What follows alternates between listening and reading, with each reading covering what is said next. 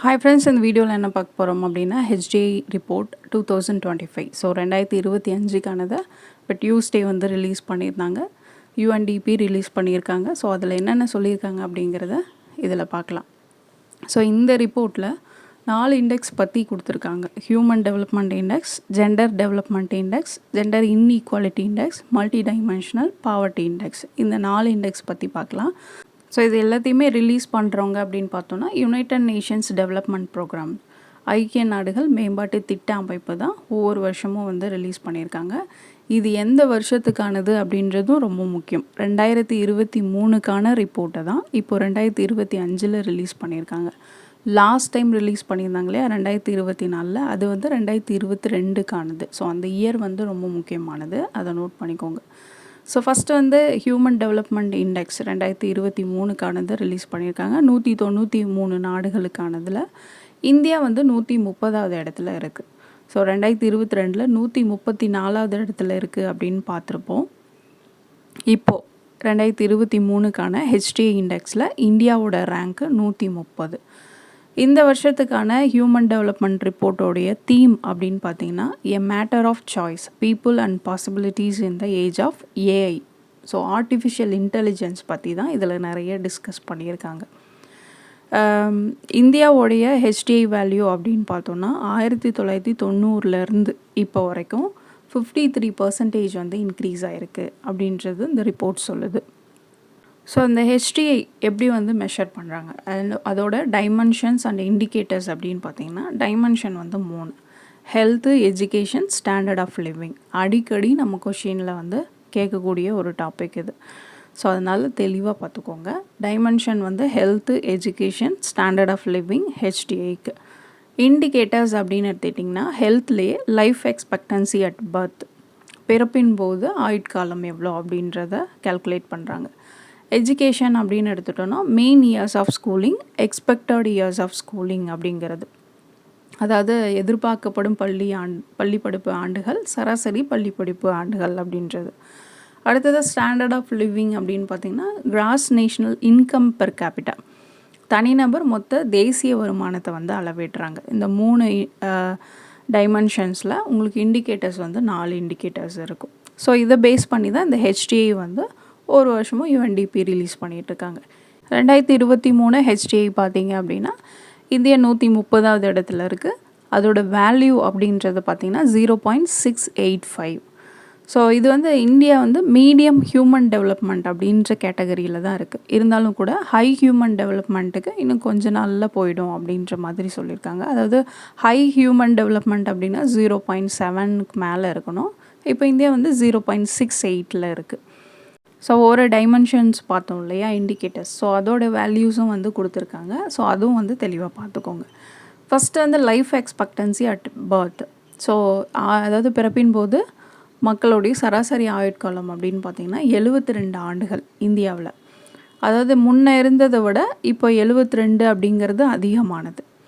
அதே போல் expected years of schooling, எதிர்பார்க்கப்படும் பள்ளி படிப்பு ஆண்டுகள் அப்படிங்கிறது 13 வருஷமாக அதிகமாகிருக்கு. மெயின் இயர்ஸ் ஆஃப் ஸ்கூலிங், சராசரி பள்ளி படிப்பு ஆண்டுகள் அப்படின்னு பார்த்தோன்னா 6.9 வருஷம்.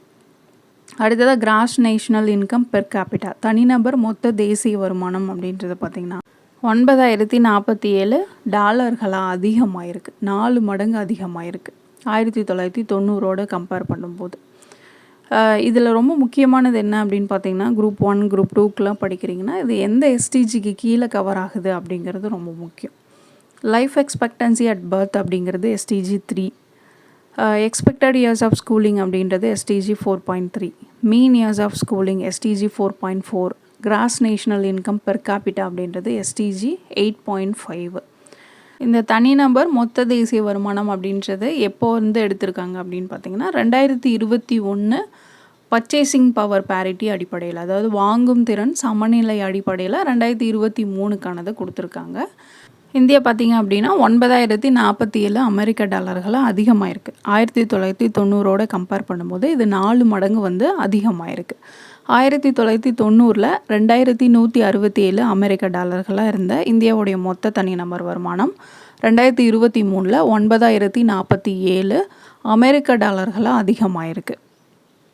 ஸோ இப்போ ரிலீஸ் பண்ணியிருக்கிற HDI 2022 கூட கம்பேர் பண்ணிக்கலாம். ஸோ HDI ரேங்க் பார்த்தோம் அப்படின்னா 2023 130வது இடத்துல இருக்குது. 2022 ரிப்போர்ட் படி பார்த்தோம் அப்படின்னா 134வது இடத்துல இருந்தது. ஸோ இப்போ ரிலீஸ் பண்ணியிருக்காங்களே 2023 அதுக்கு 2022க்கானதை கொடுத்துருப்பாங்க. அது வேல்யூஸ் வந்து மாறும். பட் இந்த வேல்யூஸ் வந்து ஒரிஜினலாக 2022 ரிலீஸ் ஆன ரிப்போர்ட் படி இருக்கும். ஸோ HDI ரேங்க் வந்து 130வது இடத்துல இருக்குது. 2022 134வது இடத்துல இந்தியா இருந்தது. வேல்யூஸ் அப்படின்னு பார்த்தோன்னா 2023 0.685, 2022 0.644. மக்களின் சராசரி ஆயுட்காலம் அப்படின்னு எடுத்துட்டிங்கன்னா 67.7 ஆண்டுகள்லேருந்து 72 ஆண்டுகளாக அதிகமாகிருக்கு. எதிர்பார்க்கப்படும் பள்ளி படிப்பு ஆண்டுகள் அப்படின்றது 12.6 ஆண்டுகள்லேருந்து 13 அதிகமாகிருக்கு. சராசரி பள்ளி படிப்பு ஆண்டுகள் அப்படின்றது 6.57 இயர்ஸ்லேருந்து 6.9 இயர்ஸாக அதிகமாகிருக்கு. தனிநபர் மொத்த தேசிய வருமானம் 2022 $6,951 அமெரிக்க டாலர்களாக இருந்தது. அது இப்போ $9,047 அமெரிக்க டாலர்களாக அதிகமாகிருக்கு. ஓகே, இப்போ HDI இண்டெக்ஸில் மற்ற நாடுகளுடைய ஸ்டேட்டஸ் என்ன அப்படின்றத பார்க்கலாம். ஸோ டாப் 10 கண்ட்ரீஸ் அப்படின்னு பார்த்தோன்னா 2023க்கான HDIயில் ஐஸ்லாந்து வந்து முதல் இடத்துல இருக்குது. நார்வே, சுவிட்சர்லாந்து வந்து தொடர்ந்து அடுத்தடுத்த இடங்களில் இருக்குது.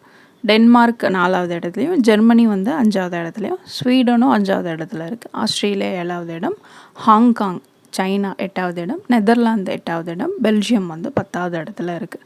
2022க்கானதில் சுவிட்சர்லாந்து வந்து ஃபஸ்ட் இடத்துல இருந்திருக்கும். இப்போ ஐஸ்லாந்து வந்து முதல் இடத்துல இருக்குது. அதோட வேல்யூ அப்படின்னு பார்த்திங்கன்னா 0.972. ஸோ இந்த கண்ட்ரீஸ்லாம் வெரி ஹை ஹியூமன் டெவலப்மெண்ட் அப்படின்ற கேட்டகரியில் இருக்காங்க. கடைசி 5 இடங்களில் இருக்கக்கூடிய நாடுகள் அப்படின்னு பார்த்தோன்னா கடைசி இடத்துல 193 நாடுகள், 193வது இடத்துல சவுத் சூடான் இருக்குது. இதோட வேல்யூ வந்து 0.388. அதை தொடர்ந்து அதுக்கு மேலே 192வது இடத்துல சோமாலியா, 191வது இடத்துல சென்ட்ரல் ஆஃப்ரிக்கன் ரிப்பப்ளிக், 190வது இடத்துல சாட், 188வது இடத்துல நைஜர். ஸோ இந்த நாடுகள்லாம் கடைசி 5 இடங்களில் இருக்கக்கூடிய நாடுகள். இப்போ இந்தியா மற்ற நம்ம நெய்பர் கண்ட்ரியோட கம்பேர் பண்ணும்போது பார்த்தோம் அப்படின்னா சைனா 75வது இடத்துல இருக்குது, ஸ்ரீலங்கா 78வது இடத்துல இருக்குது, பூட்டான் 127வது இடத்துல இருக்குது.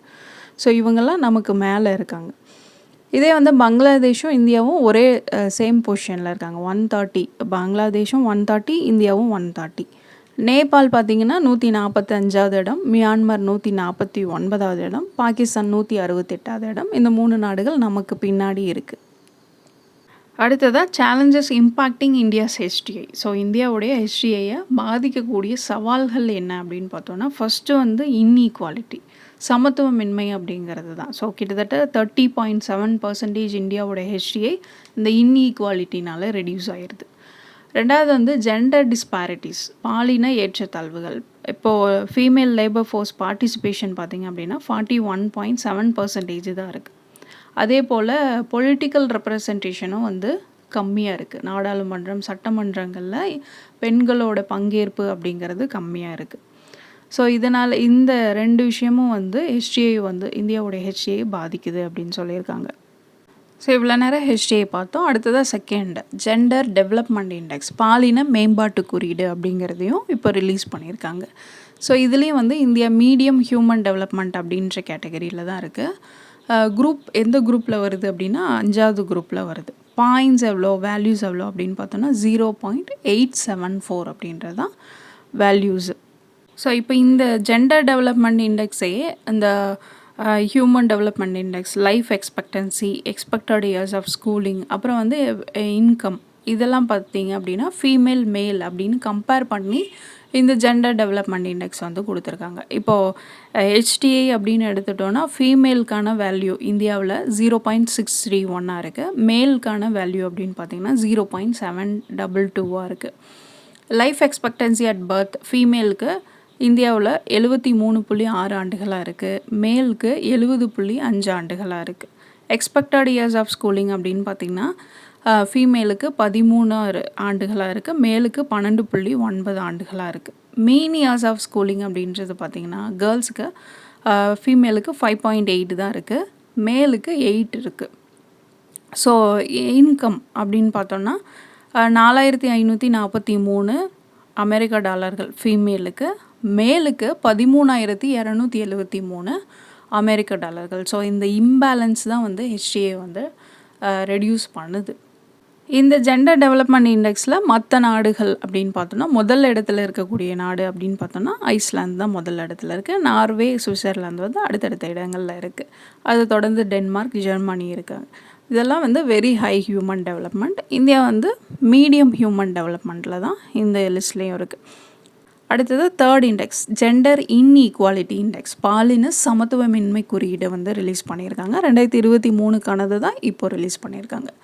ஸோ இது எப்படி மெஷர் பண்ணுறாங்க அப்படின்னா இதுக்கு 3 டைமென்ஷன்ஸ் இருக்குது. ரீப்ரொடக்டிவ் ஹெல்த், இனப்பெருக்க ஆரோக்கியம், எம்பவர்மெண்ட் அதிகாரம் அளித்தல், லேபர் மார்க்கெட் தொழிலாளர் சந்தை.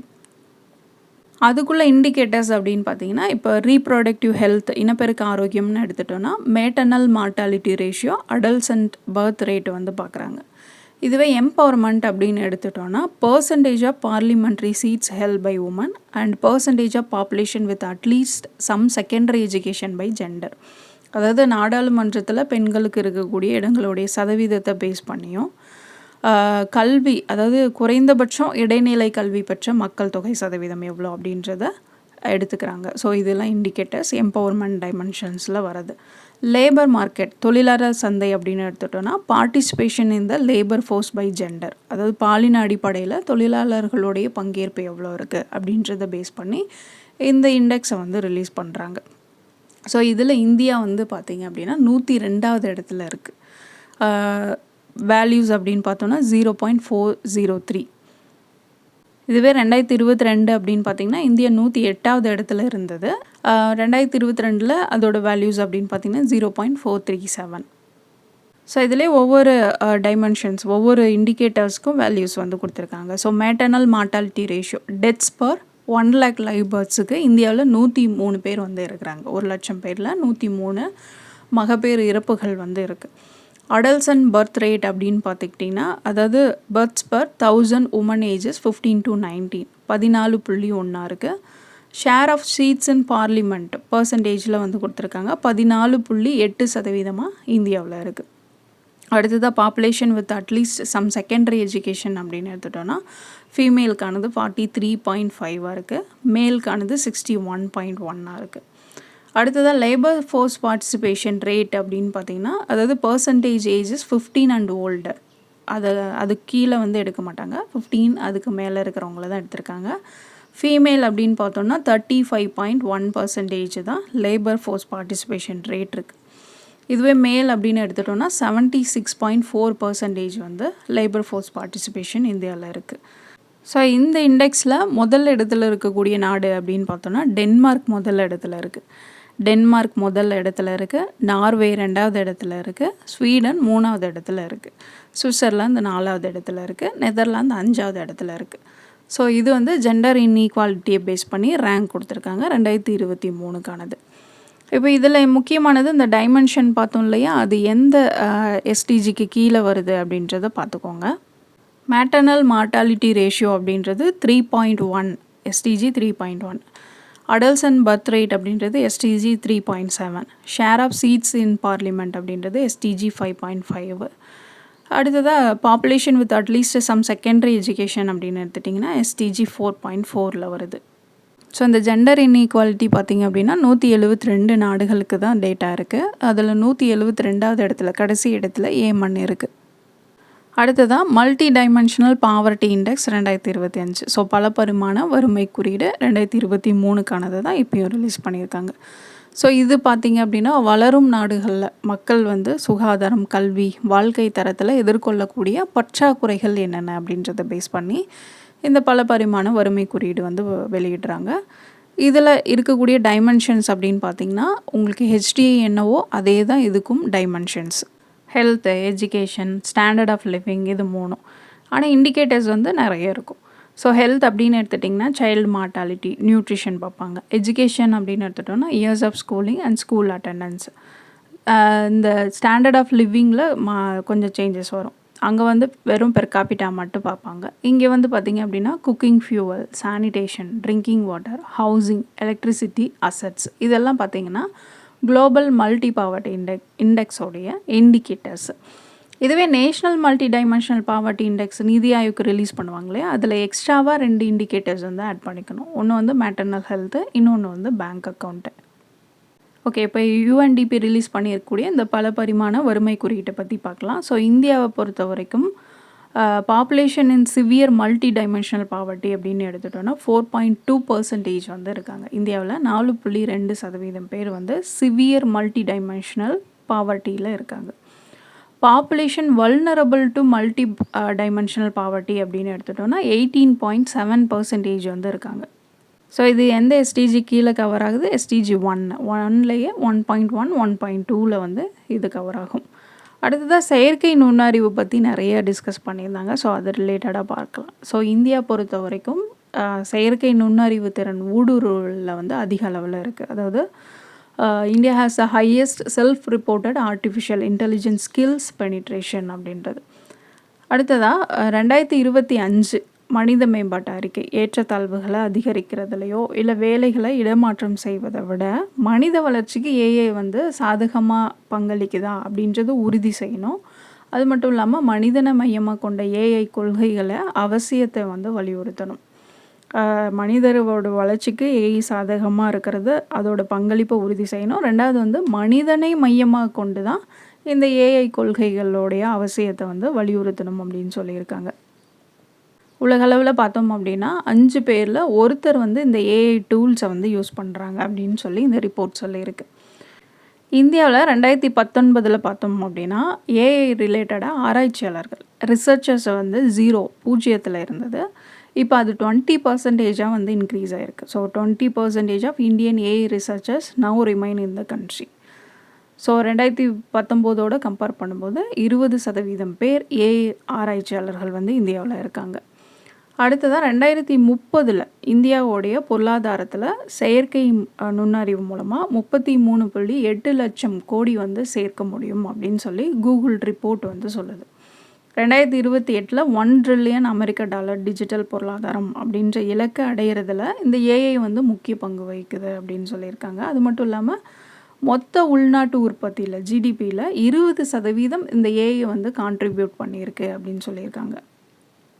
ஸோ இவ்வளோதான் இந்த இன்ஃபர்மேஷன். இதுலேயே வந்து இன்இக்வாலிட்டி அட்ஜஸ்டட் ஹியூமன் டெவலப்மெண்ட் இண்டெக்ஸ்னு ஒன்று ரிலீஸ் பண்ணியிருந்தாங்க. அதே போல் planetary pressures adjusted human development index அப்படின்னும் ரிலீஸ் பண்ணியிருந்தாங்க. நமக்கு அது தேவையில்லை. So HDI multi dimensional poverty index, gender inequality, gender development index. So இந்த 4 வந்து தெளிவாக பார்த்துக்கோங்க. எவ்வளோ ரேங்கிங்ஸில் இருக்குது அப்படின்றத பார்த்துக்கோங்க. இதுலேருந்து கண்டிப்பாக கொஷின் வரும். ஓகே ஃப்ரெண்ட்ஸ், இதோட இந்த வீடியோ முடியுது. அடுத்த ஒரு வீடியோவில் அடுத்த டாப்பிக்கில் பார்க்கலாம். தேங்க்யூ.